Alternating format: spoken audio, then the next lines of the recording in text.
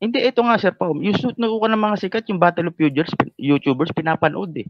Drama Nagkakapera kasi eh. yun, bro eh. Drama Eh, kasi yun eh. Yung mga boksingero natin, takot magsalita eh. Dahil pag pwede nagsalita, rin yun Sir Pao. nababash. Ito, hindi pa kasama yung mga ibang fighters natin, pero the way how they handle the event and provide the fighters entrance, mafe-feel mo something maganda event eh. At nakaramdam ako in business kasi meron tayong 8 division world champion. Siguro merong blow by blow, meron din mga ibang laban, pero men, we need that kind of exclusiveness lalo na sa local fights natin. 'Di ba? I believe Manny Pacquiao is very compassionate sa mga fighters natin. But men, we have the 8 division world champion, yung Naoya Inoue ngayon pa lang umaabante yan. Pero nakakapag-provide na sila ng mga malalaking event kung saan 9 siya po ang champion po ng ano ng Japanese, which is 12 sa Amerika at 9 po sa Japanese.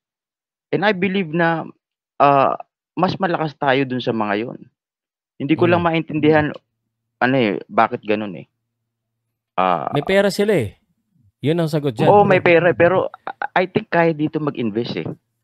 Hindi lang nagkakaroon ng yung eto Ang sagot, may yung balik mga kasi. yung May suntukan balik nga ng yung mga pera sikat dun. Dito wala eh. napapanood ng mga hindi, ito nga Sir Pao, yung suntukan ng mga sikat, yung Battle of YouTubers pinapanood eh. Drama Nagkakapera kasi eh. yun, bro eh. Drama kasi yun eh. Yung mga boksingero natin, takot magsalita eh. Dahil pag Pwede nagsalita, rin yun, Sir Pao. nababash. Ngayon ko nga na-realize eh, Sir Pao, na we need to elevate the game.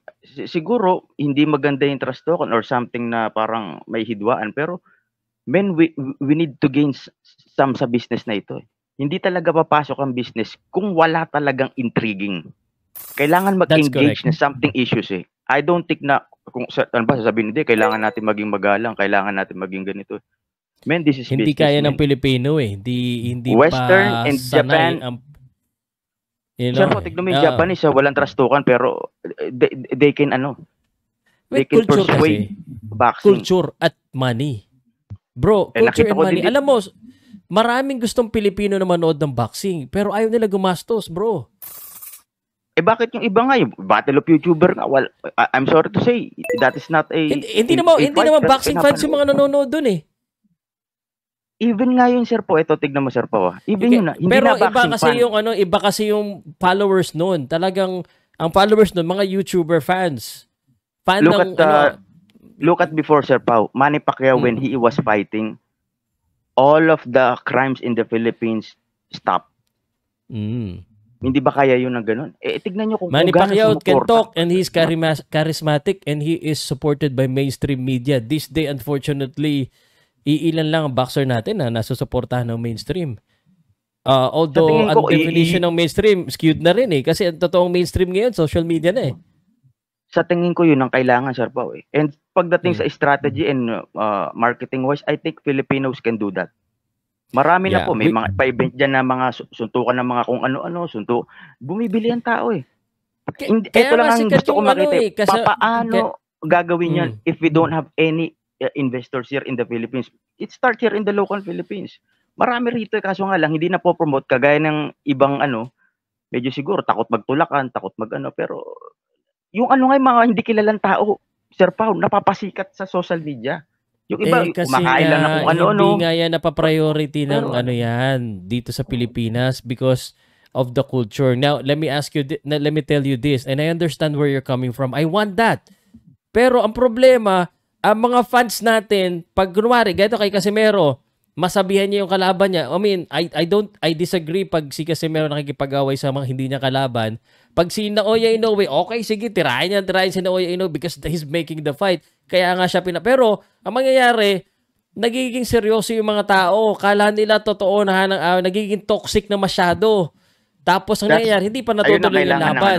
Ayun ang kailangan ng business, Sir Pao, manipulation. Pero, correct, I understand where you're coming from. Kaya nga, ang daming may sponsor si Casimero, kaya nga ang ganda ng Omega but, that's one of the reason. It's not entirely the reason. It's also the promotions. The promotion need to spend money. Sa totoo lang, bro, meron akong kakilala na matahimik na atleta pero lagi siyang nasa dyaryo. Alam mo bakit? Because Bakit po, sir po? they spend PR. Alam mo yung ano, ito totoo to. Merong nag-i-spend ka sa media. May mga boxers, atleta na meron silang hawak na media na yun yung nagbabalita sa kanya. Sa akin, sir Totoo po, yan. ito pananaw ko, sir po. Meron Ano kasi yan eh, talagang bayad ganun yun eh. May PR eh. May PR Kaso yan lang, eh. min, Kasama yan eh. kaso lang, sir po, minsan hindi makakuha doon ng, alimbawa, may bayad, may ano, pero sometimes hindi makuha yung pulso ng masa eh. I think na kailangan kunin ng mga investors, lalo na yung mga businessman dito, para ka lang nagbebenta, ano ba kailangan ng tao? Yung mga gusto ng mga nanonood na masa. Di ba? Yung Pero iba gusto kasi yung hindi yan parang, para sa lahat eh. sa Bro, ting- may charisma kasi. kaya nga May hindi nga para charisma sa lahat yung tinatawag. sa YouTube, yung suntukan nga ng mga sikat, hindi para sa lahat yun, pero may nanonood eh. Sumabog Yeah, pa nga well, yung ano ni ano eh. I think kaya ito eh. Sa tingin ko yeah, kung meron kasing magkakaroon ng headline ganong eh. forum, Pwede sir talaga. Pao, Pwede talaga. parang ganon, Headline ng yung something halimbawang yung entertaining yung boxing, kailangan i-elevate eh. Kasi pag hindi na-elevate, hindi naman tayo katulad ng culture ng Japan, ganito, mahilig tayo sa toksikan. Sa tingin ko, kailangan i-elevate na ganun. Hindi man, kumbaga, disrespecting, pero something entertaining. Halimbawa, way-in, may mga naka-costume na ano, o kaya yung something na talagang flashy, which is, mas naiengganyo yung ganung mga tao.